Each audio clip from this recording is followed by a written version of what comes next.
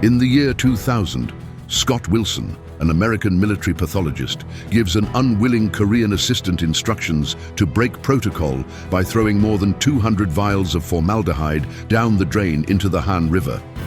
There are reports of seeing an odd amphibious creature in the waterways during the course of the following few years. 6 years later, Park Gang-do, Song Kang-ho, is working at a little snack bar in Seoul when he passes out. They are driven away by his father, Hee-bong, Byeon Hee-bong. When Gang-do awakens, he believes he has heard his daughter Hyun-seo's Go Ah-sung voice, but it was a different young girl.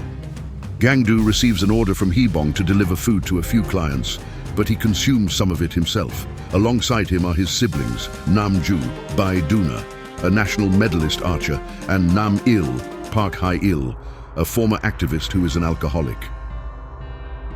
Gang-do notices a gathering beside the Han River as he is carrying lunch to some clients. They saw a massive animal that is suspended from the Wonyo Bridge, leaping into the water.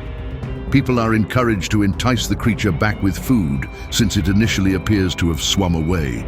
The creature emerges from the river and begins to go wild a short while later. Gang-do and an American man try to kill the beast with a metal pole after it causes mayhem and kills several people.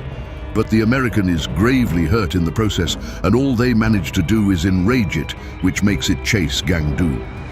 Gang-do begins to run away after grabbing the hand of a female he thinks is Hyun-seo. He turns to see the beast running towards Hyun-seo when he remembers he isn't holding her.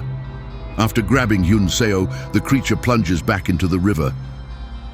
Government authorities arrive at a mass funeral for the creature's victims, which includes Hyun-seo, who her family believes is dead, and they forcibly quarantine Gang-do and his family, as well as everyone else who has come into direct touch with the creature. After it is found that the American, who lost an arm to the creature, is afflicted with a dangerous unknown virus, the formaldehyde from the drain, the South Korean government declares that the creature poses a direct threat as well. Gang-do gets a call from Hyun-seo, who is not dead, but rather is stuck somewhere in the sewers by the creature while he is under quarantine at a hospital. As her phone's battery runs out, she is disconnected. Gang-do attempts to clarify this to other people, but everyone ignores him. Well, not his family. The four of them then make the decision to leave the hospital in order to find Hyun-seo. A group of men sells Hee-bong firearms and a sewer map so they can get ready to look for Hyun-seo. The beast attacks two brothers, Sejin and Seju, as they are looking for food in the meantime. They both try to run away, but the thing gets them both eaten. After that, the beast drags the two brothers back into the sewers, where it regurgitates them both, with Seju emerging unscathed. When Hyun-seo notices that Seju is still alive, they both run away from the beast. Gang-do and his family pause at a food stall to take a break while they search the streets and sewers for Hyun-seo. The following morning, Hee-bong informs Nam-il and Nam-ju that Gang-do's difficult upbringing, which he believes damaged his physical and mental health, is the reason he can't help being who he is. The beast attacks them shortly after. They fire at the beast, but their ammunition runs out very rapidly. Feeling he still has ammunition in his shotgun, Gang-do gives his father his gun at his request, hoping to buy his family some time by trying to delay the thing. Gang-do discovers his shotgun is empty and that he has miscounted his rounds just before Hee-bong is ready to fire at the beast. The beast attacks and kills Hee-bong as he turns to face his father. As Gang-do flees to rejoin his father, the army and scientists show up and take him into custody. While Gang-do is being dragged away, wailing in pain over the death of his father, Nam-il and Nam-ju manage to escape, but they are split up from one another. Nam-ju discovers the beast while looking in the sewers and tries to use her bow to attack it. The beast knocks her unconscious as she hesitates to fire, sending her flying into a pit. The thing keeps rushing through the sewers, never quite reaching her. Following his transfer to a specialized medical center, two scientists question Gang-do.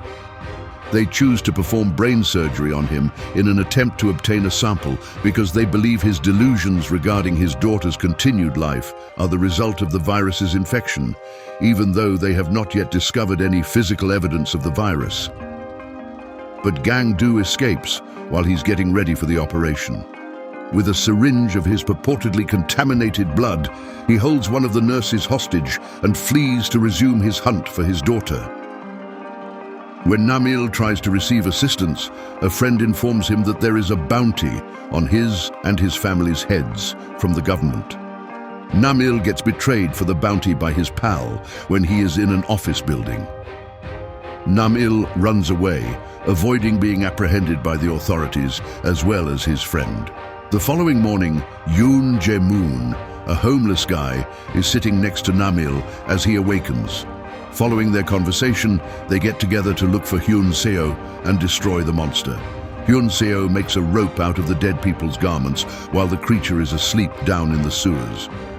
She manages to secure the improvised rope to the top of the drain, but the beast catches her as she tries to leap to the rope. The monster returns Hyun Seo to the ground with gentleness, as if it is still asleep. Fearful, Hyun Seo cautiously tries to duck away, but the beast lunges towards her and Seju, engulfing the two of them. In the meantime, the government declares that they intend to kill the creature by releasing Agent Yellow, a dangerous chemical, into the river and its environs. Arriving to protest Agent Yellow's release are those who are against it. When Gang Du eventually locates the sewers where Hyun Seo was held captive by the thing, neither Hyun Seo nor the beast are present.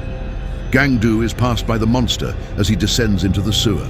He begins chasing after the creature after noticing Hyun Seo's arm protruding from its jaws. Gang Du encounters Nam Ju while chasing the creature, and upon realizing that it is moving in the direction of the demonstration, they decide to pursue it together. Agent Yellow is discharged as the beast attacks and Nam-il and the homeless man arrive at the demonstration. The monster looks to be harmed by Agent Yellow, but it survives. Gang Du notices Hyun Seo in the creature's mouth as it lies on the ground. When he extracts her and Seju, it becomes clear that Hyun Seo died while holding Seju, who is still alive. Gang Du, in a rage, uses a metal stick to assault the beast, but he is pushed down. After that, Nam-il and the homeless guy assist Gang Du, with Nam-il hurling Molotov cocktails at the animal. Nam-il drops his last bottle of gasoline as the homeless man steps up to the platform above the beast and begins to pour gasoline upon it. Then, using one of her arrows, Nam-ju shoots the flaming fabric from the bottle toward the beast, striking it in the eye. When Gang Du emerges from behind one of the bridge's pillars, holding a metal pole, the creature erupts into flames and makes an attempt to flee into the Han River. Gang Du then impales the creature in its mouth, killing it in the process. Gang Du approaches Seju and lifts him up, escorting him away from the demonstration and into safety as Nam-il and Nam-ju embrace Hyun Seo in their grief over her passing.